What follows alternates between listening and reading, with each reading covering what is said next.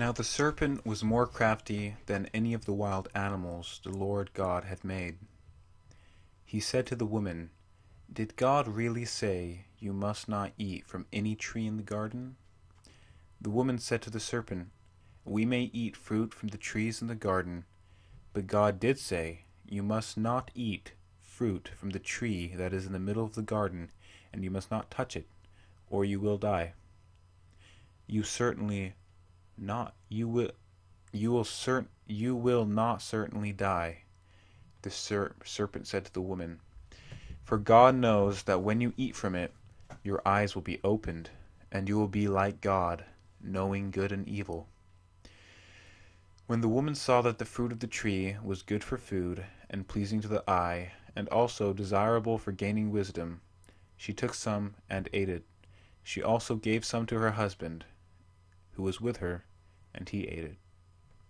Then the eyes of both of them were opened, and they realized they were naked. So they sewed fig leaves together and made coverings for themselves. Then the man and his wife heard the sound of the Lord as he was walking in the garden in the cool of the day. And they hid from the Lord God. They hid from the Lord God among the trees of the garden. But the Lord God called to the man, "Where are you?" He answered, "I heard you in the garden, and I was afraid because I was naked, so I hid." And he said, "Who told you you were naked?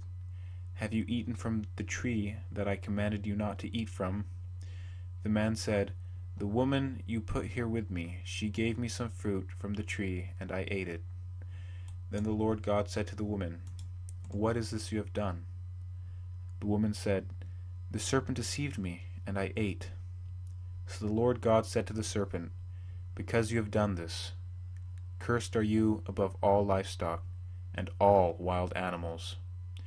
You will crawl on your belly, and you will eat dust all the days of your life.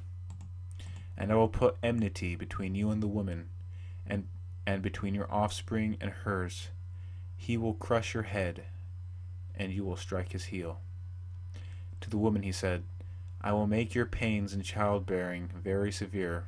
With painful labor you will give birth to children. Your desire will be for your husband, and he will rule over you."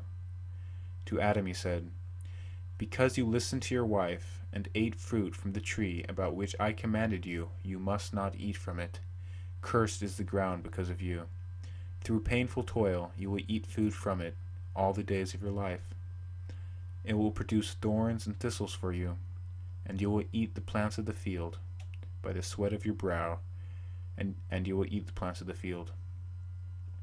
By the sweat of your brow you will eat your food, until you return to the ground, since from it you were taken. For dust you are, and to dust you will return." Adam named his wife Eve, because she would become the mother of all the living. The Lord God made garments of skin for Adam and his wife, and clothed them. And the Lord God said, "The man has now become like one of us, knowing good and evil. He must not be allowed to reach out his hand and take also from the tree of life, and eat, and live forever." So the Lord God banished him from the Garden of Eden to work the ground from which he had been taken. After he drove the man out, he placed on the east side of the Garden of Eden cherubim and a flaming sword, flashing back and forth to guard the way to the tree of life.